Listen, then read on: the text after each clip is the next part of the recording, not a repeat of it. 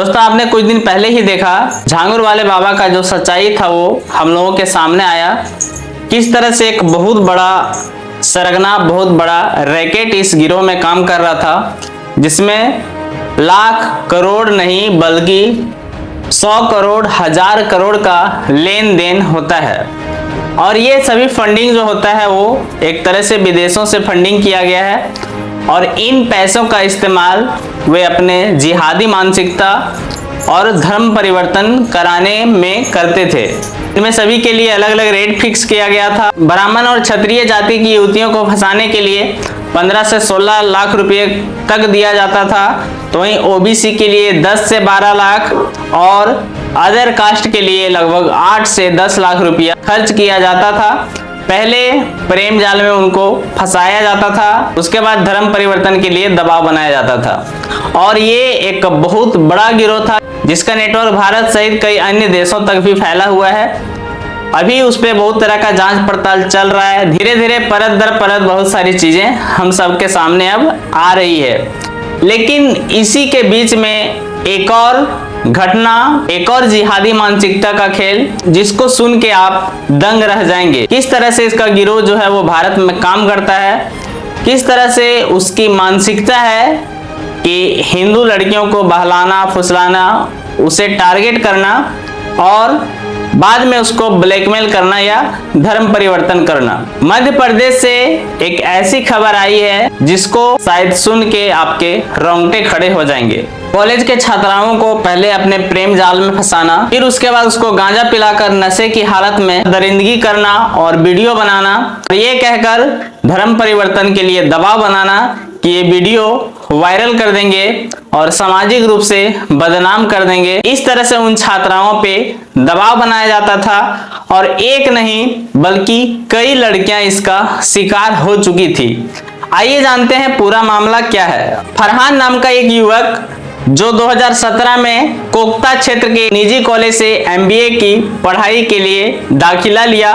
यहीं से उसने कॉलेज में पढ़ने वाली बाहर से आई गरीब हिंदू छात्राओं को टारगेट करना शुरू कर देता है। मध्य प्रदेश की राजधानी भोपाल में लव जिहाद के मामले में पुलिस ने चालान पेश किया है। इसमें जहांगीरबाद पुलिस ने कोर्ट में बताया कि आरोपी संगठित गिरोह की तरह काम कर रहे थे। उन्होंने कई हिंदू छात्राओं को निशाना बनाकर न केवल यौन शोषण किया, साथ ही उनका धर्म परिवर्तन कराने की भी साजिश रची थी। चालान में मुख्य आरोपी के रूप में फरहान खान का नाम सामने आया, जो छोटा चंबल इलाके का निवासी है। फरहान का इस पूरे गिरोह का मास्टरमाइंड बताया जाता है। उसके साथ ही साहिल खान, सैयद अली अहमद, साद उर्फ शमसुद्दीन, मोहम्मद नबील और अबरार को भी आरोपी बनाया गया है। सभी पर छात्राओं को प्रेम जाल में फंसाकर, नशीली चीजें पिलाकर, गैंग रेप, मारपीट, वीडियो रिकॉर्डिंग और धर्म परिवर्तन का दबाव बनाने के संगीन आरोप है। चालान में बताया गया है कि फरहान वर्ष 2017 में कोकता क्षेत्र के एक निजी कॉलेज में MBA की पढ़ाई के लिए दाखिला लिया। यहीं से उसने कॉलेज में पढ़ने वाली बाहर से आई गरीब हिंदू छात्राओं को टारगेट करना शुरू किया। जो लड़कियां अकेले रहती थी या किराए पर दूसरे छात्रों के साथ रहती थी, उन्हें गिरोह के सदस्य प्रेम जाल में फंसाते और फिर नशा देकर शारीरिक शोषण करते थे। चालान में यह भी उल्लेख है कि फरहान और उसके साथी पीड़िताओं के साथ यौन शोषण की रिकॉर्डिंग करते और फिर वीडियो के जरिए उन्हें धमकाते थे। आरोपी ये कहते थे कि यदि वे चुप नहीं रही या धर्मांतरण के लिए राजी नहीं हुई तो उनके जीवन को बर्बाद कर दिया जाएगा। पुलिस ने कोर्ट में बताया कि आरोपियों ने कई युवतियों के साथ ऐसी दरिंदगी की जिसकी कल्पना तक मुश्किल है। एक मामला ऐसा भी सामने आया है जहां फरहान 3 युवतियों को एक साथ निर्वस्त्र करके शारीरिक शोषण करते हुए न केवल उन्हें पीट रहा था बल्कि हिंदू धर्म के प्रति अपमानजनक टिप्पणियां भी कर रहा था। फरहान के मोबाइल से यह वीडियो और उन्हें डिजिटल सबूत पुलिस ने जब्त कर कोर्ट में चालान के साथ पेश कर दिया है। फरहान और उसके गिरोह का काम करने का तरीका बेहद ही सुनियोजित होता था। वे पहले युवतियों को प्रेम जाल में फंसाते थे, फिर उन्हें नशे में धुत कर शोषण करते और वीडियो रिकॉर्ड कर ब्लैकमेल करते थे। किसी भी पीड़िता द्वारा विरोध पर उन्हें वीडियो वायरल करने और उनके कैरियर व सामाजिक जीवन को तबाह करने की धमकी दी जाती थी। एक पीड़िता ने बताया कि जब उसकी छोटी बहन पर भी फरहान बुरी नजर डालने लगा तो उसने उसे इंदौर भेज दिया, लेकिन फरहान वहां भी पहुंच गया और उसे कमरे में बंद कर बुरी तरह से पीटा।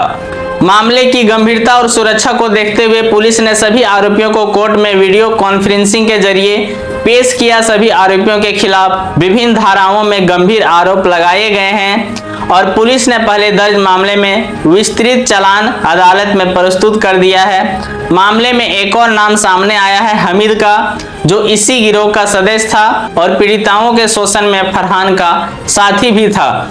पुलिस के अनुसार हमीद 1 साल पहले आत्महत्या कर चुका है, इसलिए उसका नाम किसी एफआईआर में नहीं जोड़ा गया है। तो जो लोग ये कहते हैं कि भारत में लव जिहाद जैसा कोई चीज है ही नहीं, इस तरह का कोई चीज होता ही नहीं है, ये बातें बॉलीवुड के बड़े स्टार्स भी कह चुके हैं। लेकिन अभी हाल ही में आप समझ लीजिए छांगुर वाला बाबा का मामला जो है या फिर ये एमपी का जो मामला है, ये बहुत ही बड़ा मामला है। इसी तरह से राजस्थान से भी इस तरह का मामला सामने आ चुका है।